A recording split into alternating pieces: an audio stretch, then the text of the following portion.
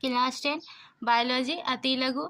इसमें जो भी इम्पोर्टेंट क्वेश्चन है उसे भी हम साथ में करते जाएंगे और बताते जाएंगे कि कौन से क्वेश्चन इम्पोर्टेंट है। तो पहले हम देखेंगे जैव प्रक्रम किसे कहते हैं। तो वह सारी क्रिया जिनके द्वारा जीवों का अनुरक्षण होता है जैव प्रक्रम कहलाती है। फिर है हमारा दूसरा, बहुकोशिकीय जीवों में ऑक्सीजन की आवश्यकता विसरण द्वारा क्यों नहीं पूरी हो पाती। तो हम लिख देंगे बहुकोशिकों की सारी कोशिका अपने पर्यावरण के सीधे संपर्क में नहीं रह पाती, इसी कारण ऑक्सीजन की आवश्यकता विसरण द्वारा पूरी नहीं होती है। जीवों में पोषण की दो विधियां कौन सी है। तो हम लिखेंगे स्वपोषण और परपोषण। स्वपोषण परपोषण। हरे पौधे में किस प्रकार का पोषण पाया जाता है। तो स्वपोषण। जंतुओं में पोषण की कौन सी विधि पाई जाती है। परपोषण। 3 प्रकार की परपोषण विधियां के नाम लिखे। तो परजीवी पोषण, परजीवी पोषण, मृतजीवी पोषण और प्राणी संपोषण। क्वेश्चन नंबर जो 7 है बहुत ज़्यादा ही इम्पोर्टेंट है एग्जाम के दृष्टिकोण से। तो पहला क्वेश्चन है संपूर्ण प्रकाशलेशन की प्रक्रिया का रासायनिक समीकरण लिखिए। ये इम्पोर्टेंट क्वेश्चन है। तो ये समीकरण है, इसे हमें रट लेना है, याद कर लेना है, ठीक है, भूलना नहीं है इसे। अब क्वेश्चन नंबर 8,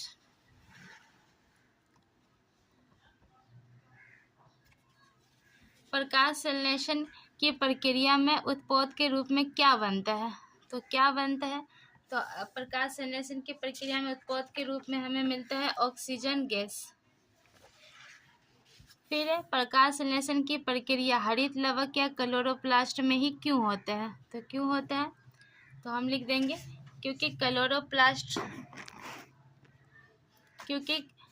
क्लोरोप्लास्ट में क्लोरोफिल वर्णक पाए जाते हैं। क्वेश्चन नंबर 10, प्रकाश संश्लेषण के लिए किन किन पदार्थों की आवश्यकता होती है। तो इसके लिए हमें क्लोरोफिल, CO2, जल और सूर्य के प्रकाश की आवश्यकता होती है। फिर है कवक एवं जीवाणु में प्रकाश संश्लेषण की प्रक्रिया क्यों नहीं हो पाती है ना। इसमें क्लोरोफिल की कमी होती है। फिर क्वेश्चन नंबर 13 है परमाणु पोषण की दृष्टि से अमीबा तथा पेरेसीमिया किस प्रकार के जंतु हैं। तो ये डाल देंगे परजीवी पोषण जीव है। फिर क्वेश्चन नंबर 14, मनुष्य का आहार नाल कौन कौन से मुख्य भागों में बटा होता है। तो ये हम लिखेंगे मुखगुहा, फेरिंक्स, ग्रास नली, अमाशय, छोटी आंत, बड़ी आंत आदि में बटा होता है। 15 ग्रास नली में स्थित 2 छिद्रों के नाम लिखे। तो ये निगल द्वार और कंठ द्वार है। तो ये भी हमारा इम्पोर्टेंट है। फिर है मनुष्य में पाचन आहार नाल के किस भाग से शुरू होता है। तो इसका हम डाल देंगे मुख गुहा। फिर क्वेश्चन नंबर 17, मनुष्य के आहार नाल के किस भाग में पचे हुए भोजन का अवशोषण होता है। तो ये हमारा छोटी आंत इम्पोर्टेंट है। फिर क्लोरोफिल वर्णक कहाँ पाया जाता है। तो क्लोरोफिल वर्णक हमारा पाया जाता है पत्तियों में। फिर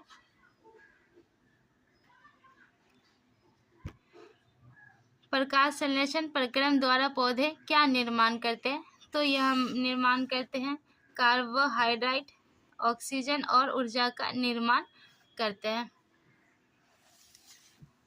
फिर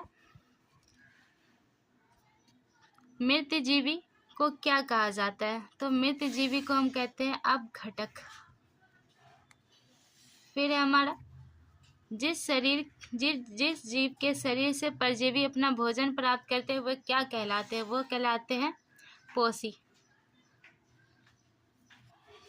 फिर हमारा 22 गोबर छत्ता में किस प्रकार का पोषण होता है। तो इसमें भी होता है परजीवी पोषण। फिर है पत्तियों का कौन सा अंग CO2 युक्त वायु का प्रवेश द्वार है। तो यह है रंध्र, ठीक है, रंध्रों द्वारा। फिर हमारा 24 है पोषण की दृष्टि से जंतुओं को क्या कहा जाता है। तो इसे हम पोषण की दृष्टि से जंतुओं को हम परपोषण कहते हैं। फिर है हमारा क्वेश्चन नंबर 25, अमीबा में भोजन का पाचन कहाँ होता है। तो हम लिख देंगे भोजन राजधानी में। फिर है हमारा मनुष्य में पाचन के लिए विशेष अंग को क्या कहते हैं? तो पाचन के लिए जो विशेष अंग है उसे हम आहार नाल और पाचन तंत्र कहते हैं। फिर है हमारा क्वेश्चन नंबर 26, मनुष्य के जीभ के ऊपरी सतह पर पाए जाने वाले संरचना को क्या कहते हैं? तो उसे हम कहते हैं संवाद कलिया डोरसम। क्वेश्चन नंबर 28, मुख गुहा से भोजन कहाँ पहुँचता है? तो ये हमारा ग्रास नली, ठीक है, ग्रास नली में पहुँचता है।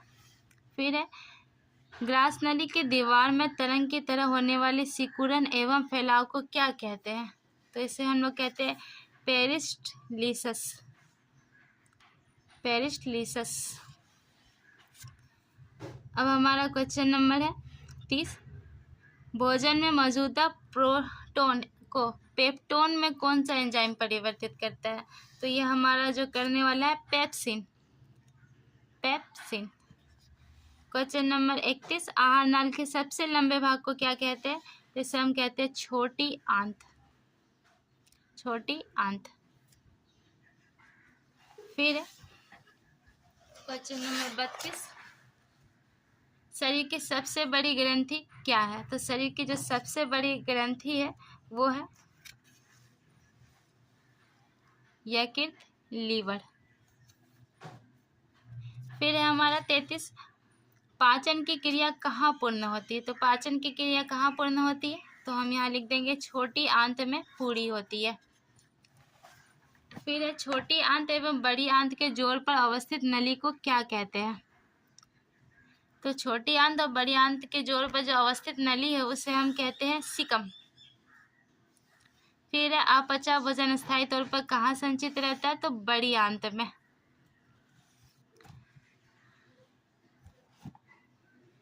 और एक ये भी इम्पोर्टेंट क्वेश्चन है,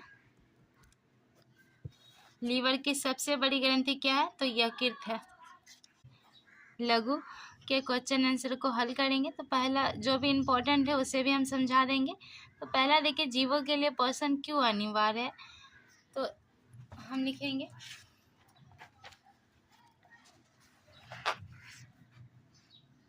जीवों के संचालन, वृद्धि, टूट फूट को रोकने के लिए ऊर्जा की आवश्यकता होती है और ऊर्जा प्राप्त करने के लिए खाद्य पदार्थ की जरूरत होती है जो पोषण की प्रक्रिया से प्राप्त करते हैं जीव। पोषण की परिभाषा लिखे, इम्पोर्टेंट है। तो पोषण की परिभाषा लिख देते हैं, वह विधि जिससे जीव पोषक तत्वों को ग्रहण कर उसका उपयोग करते हैं पोषण कहलाता है। फिर पोषण की विधियाँ भी लिख देते हैं। तो पोषण दो विधियाँ प्रमुख रूप से, एक है स्वपोषण, परपोषण। फिर स्वपोषण में किन किन परिस्थितियों का होना आवश्यक है? तो देखिए, क्लोरोफिल होना चाहिए, CO2 जल, सूर्य का प्रकाश, और इसके फलस्वरूप क्या बनते हैं? तो स्टार्च, जल, ऑक्सीजन उपयुक्त रूप से बनता है। फिर परपोषण से क्या समझते हैं? तो देखिए, परपोषण वो प्रक्रिया है जिसमें जीव अपना भोजन स्वयं संश्लेषित न कर किसी न किसी रूप से अन्य स्रोतों से प्राप्त करते हैं। पूरा कहना चाहिए, पौधे से प्राप्त करेंगे या किसी अन्य जीव से प्राप्त करेंगे। फिर मृतजीवी पोषण किसे कहते हैं? तो मृतजीवी पोषण में जीव मृत जीव के शरीर से अपना भोजन घुलित कार्बनिक पदार्थ के रूप में अपने शरीर की सतह से अवशोषित करते हैं।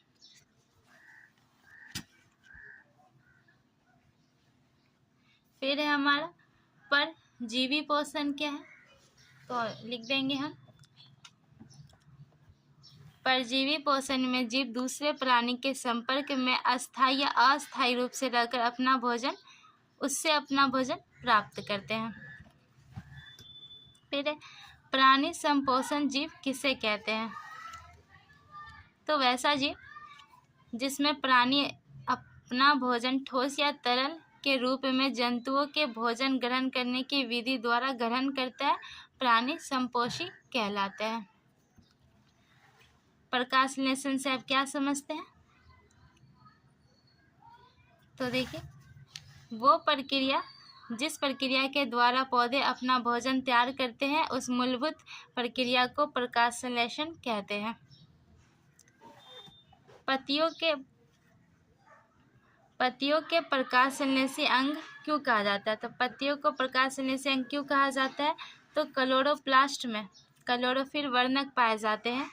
चूँकि ये अधिकांश पौधों की पत्तियों में पाए जाते हैं, इसलिए पत्तियों को प्रकाश संश्लेषण अंग कहते हैं। ये है, मनुष्य के मुख गुहा में कितनी जोड़ी लार ग्रंथि पाई जाती है और उसका नाम भी लिखना है। तो देखिए 3 जोड़ा पाई जाती है, पेरोडिक ग्रंथि, सबमेंडिबुलर ग्रंथि लार ग्रंथि और सबलिंगुअल लार ग्रंथि। यहाँ एक क्वेश्चन है हमारा, भोजन के पाचन से आप क्या समझते हैं? तो वो प्रक्रिया जिसमें एंजाइमों की सहायता से जटिल भोज्य पदार्थ को सरल अणुओं में अपघटित किया जाता है, जिससे ये अवशोषित होकर हमारी कोशिकाओं में प्रवेश कर सके।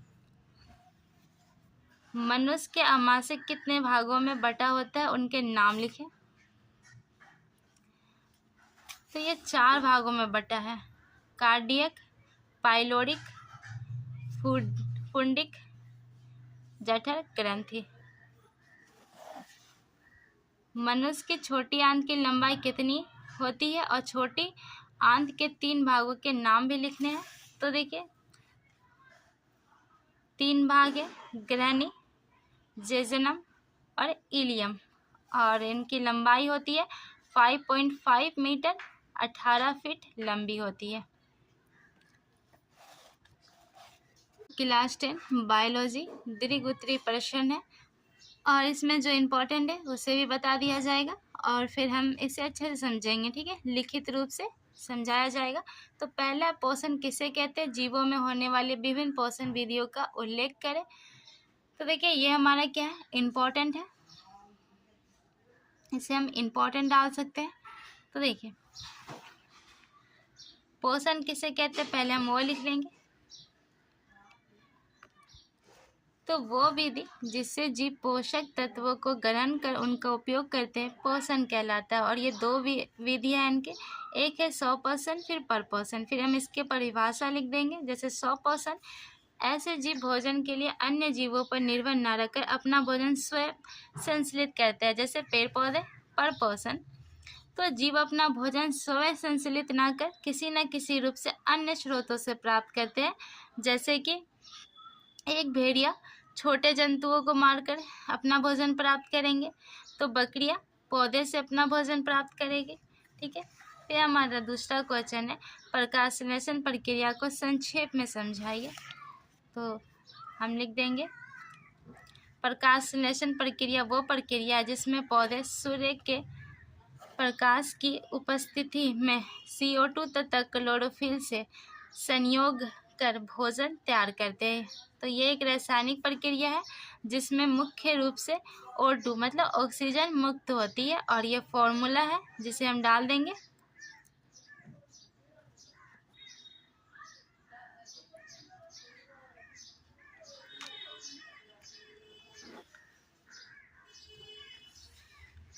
फिर हमारा एक प्रयोग द्वारा दर्शाइए कि प्रकाश संश्लेषण के लिए क्लोरोफिल आवश्यक है।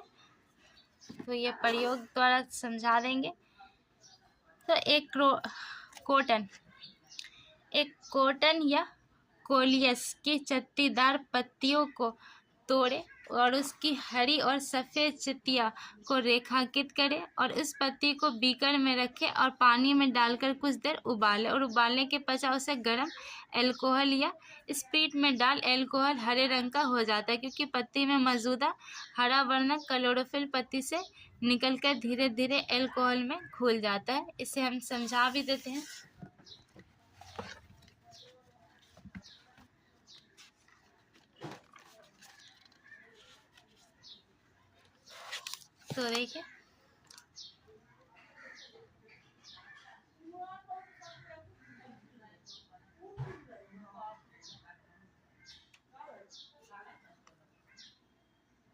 तो देखिए ये एक पत्ता है, कोलियस का पत्ता, जिसमें क्या है, सफ़ेद चित्ते भी हैं और यहाँ पे हरी ये पत्तियाँ हैं। देखिए अब ये हमारा वाटर बाथ है, ठीक है, पानी का। इसमें एल्कोहल में उबालना है। इस पत्ती को क्या है, ये एल्कोहल है, इसमें डाल देना है, ये उबालना है। उबालने के बाद हम इसे क्या करेंगे, ये बीकर को गर्म करने के लिए मोमबत्ती जलाया गया है। इसके बाद ये प्रेडिडिस में आयोडीन का घोल है। इस प्लेट में जो है ना वो आयोडीन का घोल है। यहाँ से उबालने के बाद इसे पत्ती को इसमें डाल देना है। और जब हम डाल देंगे तो थोड़ी देर बाद देखेंगे तो पत्ती का हरा जो भाग है ना वो गाढ़े नीले रंग में परिवर्तित हो जाता है। तो ये गाढ़ा नीला रंग ही दर्शाता है कि क्लोरोफिल की अभिक्रिया हो रही है, ठीक है।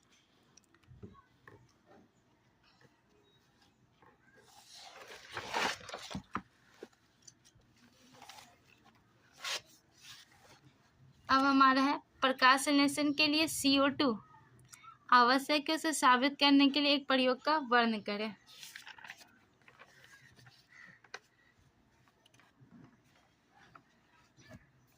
तो यहाँ से लिख लें आप।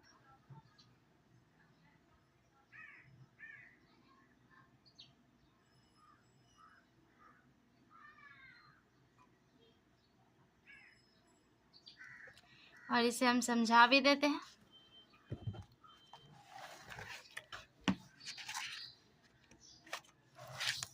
तो देखिए ये हमारा एक गमला है और इसमें फूल लेना, पत्तियाँ है, ठीक है। एक फूल लगा देना है। तो उसके जो पत्ती होते हैं उससे एक पत्ती को आप खुला छोड़ दें और एक को हमें क्या करना है, बोतल से ढक देना है, ठीक है। तो इस बोतल में क्या है, सूर्य का प्रकाश नहीं मिल रहा है, ठीक है। और नहीं मिल रहा है तो इसमें क्या होगा कि बहुत समय बाद ये धीरे धीरे क्या होगी, अगर हम इसे निकालेंगे तो ये वाला में स्टार्च था, मतलब CO2 थी, ठीक है, बल्कि इस वाले में क्या होगा, नहीं होगा। तो इसलिए आवश्यक है पत्ती को विकास के लिए कि CO2 हो।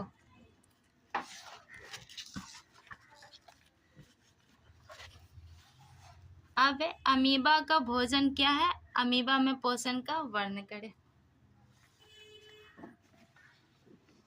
तो अमीबा का भोजन शैवाल के छोटे छोटे टुकड़ों, बैक्टीरिया या डाइटम, अन्य छोटे एककोशिकीय जीव या मृत कार्बनिक पदार्थ के छोटे छोटे टुकड़े इत्यादि है। अमीबा में पोषण अंतःग्रहण, पाचन या बहिष्करण प्रक्रिया द्वारा पूर्ण होता है, मतलब अंदर और बाहर दोनों प्रक्रियाओं से पूर्ण होता है। फिर मनुष्य के आहार नाल की रचना का वर्णन करें। तो वर्णन कर दीजिए आप।